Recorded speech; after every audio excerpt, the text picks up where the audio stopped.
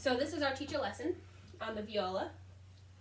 So what you have here is we're going to, and then I have my lesson plan right here. We're going to do Mary Had a Little Lamb. Skylar, this is Skylar, is an EMT, and she did choir in high school, but she's never done an instrument, so this is new to her. I'm looking at my lesson plan on my piano stand, so just so she can see the music. And then I also have a diagram right here, just for her extra help if she needs to refer to it. Okay, so first we're gonna do is we're gonna take the viola out of its case. Okay. So, okay. Now we're going to open the viola out of its case, and what we're gonna start by is I'm gonna model it for you, and then you're gonna do it.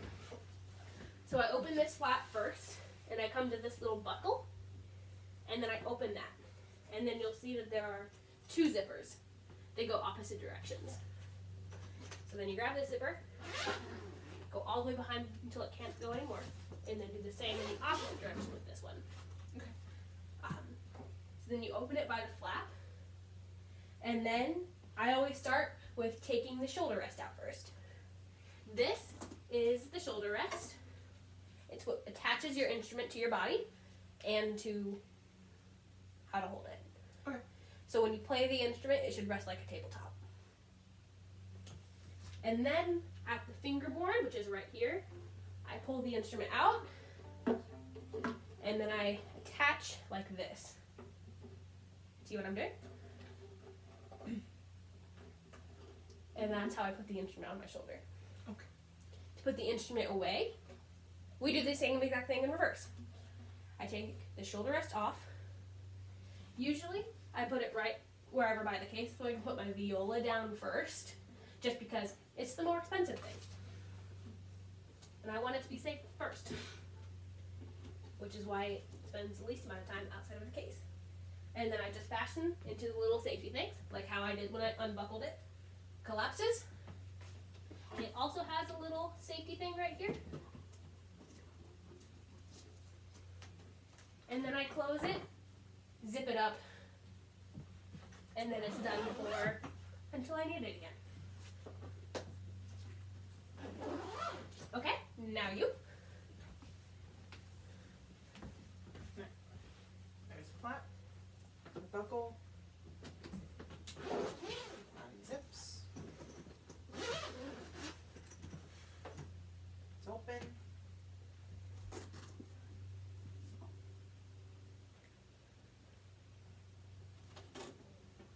Grab it by this part. Yep.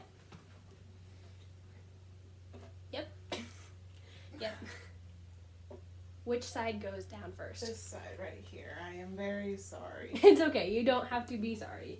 You did orchestra one time when you were in 5th grade, and you did choir in high school. So that's actually backwards. It's backwards? Oh no! I am so sorry. It's okay, you don't have to be sorry. We practiced it, but we didn't practice it a whole lot. This side? Yeah, like that. I thought it was funny when You don't want me I to told look you it was. bad. I told you it was backwards, and then you still put it backwards. Okay, so that's how you assemble the instrument. Okay. So now we're gonna bring the camera back around here, and we're gonna do "Mary Had a Little Lamb." So go ahead and sit down.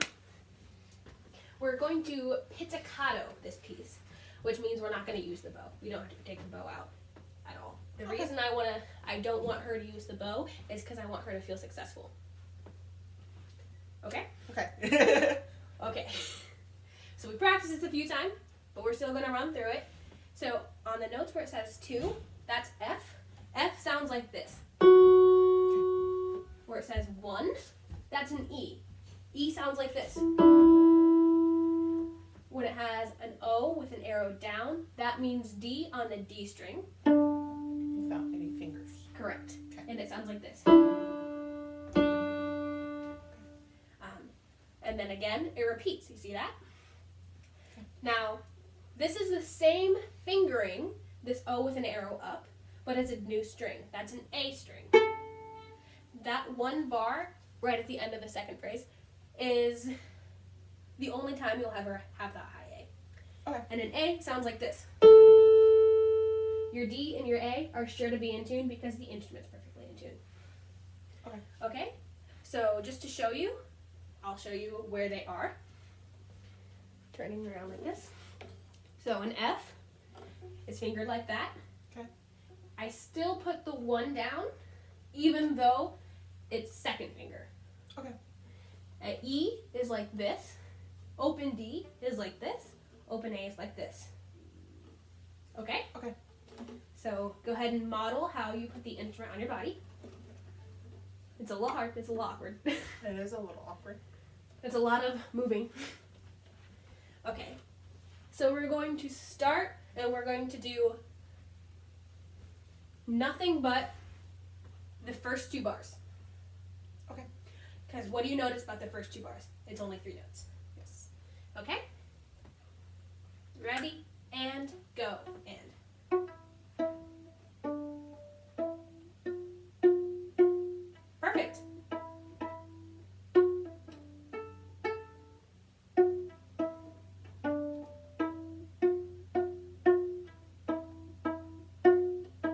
I said the first 2 bars, but you went ahead and did the whole thing. Sorry. It's fine. You actually did that really, really well. So now let's go back and kind of correct stuff. We've got plenty of time left. Okay. So what I really want to notice with you is these 2 bars specifically. It's the same note, Mm-hmm. and it's the only time we ever have F's in a row by itself in an entire bar, but the rhythm is different. The first bar with this is a half note at the end. The second time we have that, it's 4 quarter notes. So do you notice that there's an extra note? Mm-hmm. That is because a half note, and you know this because you were in choir for 3 years, takes up 2 quarter notes. Mhm. So it's the same notes, but it's a different rhythm. I would get that wrong. Okay. Okay? Let's just do this bar by itself. So from here to Nope, just this one bar. Just the F's. okay. Yep. Good job. Now let's do this bar, just these 4 F's by itself. Good. Okay. Now let's do this bar and this bar. So it would be the first bar of the piece and the second bar of the piece.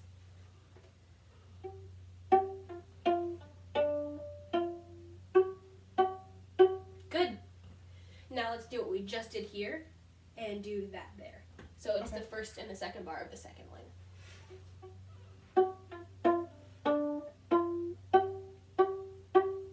Good, good.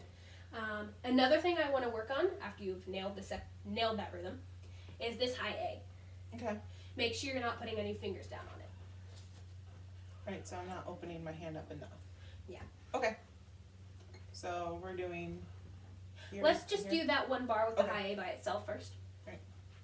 So Good job. Yeah, that was perfect. Now let's look at where we have that similarly, but with the D right here. okay, so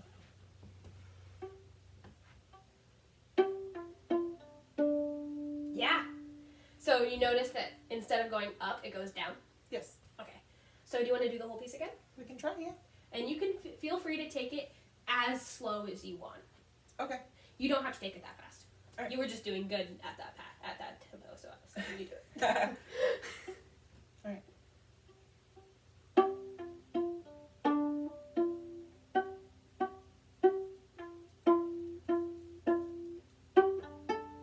Perfect.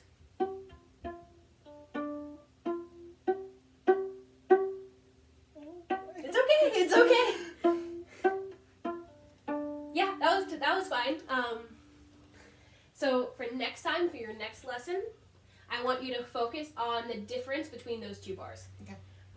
You notice right at the last second that that's not a half note. Yep. And then you put it in, and then your time gets a little bit off. Mhm. But that's totally fine. Also, just make sure that this high A is an A string, and this low is a D. So to make sure that they're really announce? Because eventually your next step is we're going to play this on the C and the G string. Okay. And what that will do is it'll be the same pattern, the same finger pattern. There'll be different notes. Okay. But the high A will be a G, and the high and the low open will be a C. Okay. So that for your next lesson that would be. All right. All right, good job. Thank you. Now, Thanks for being such a good teacher. disassemble the instrument, please, and put it into the case properly, please. Yes, perfectly. I'm gonna let you be the stone. Yep, just like that.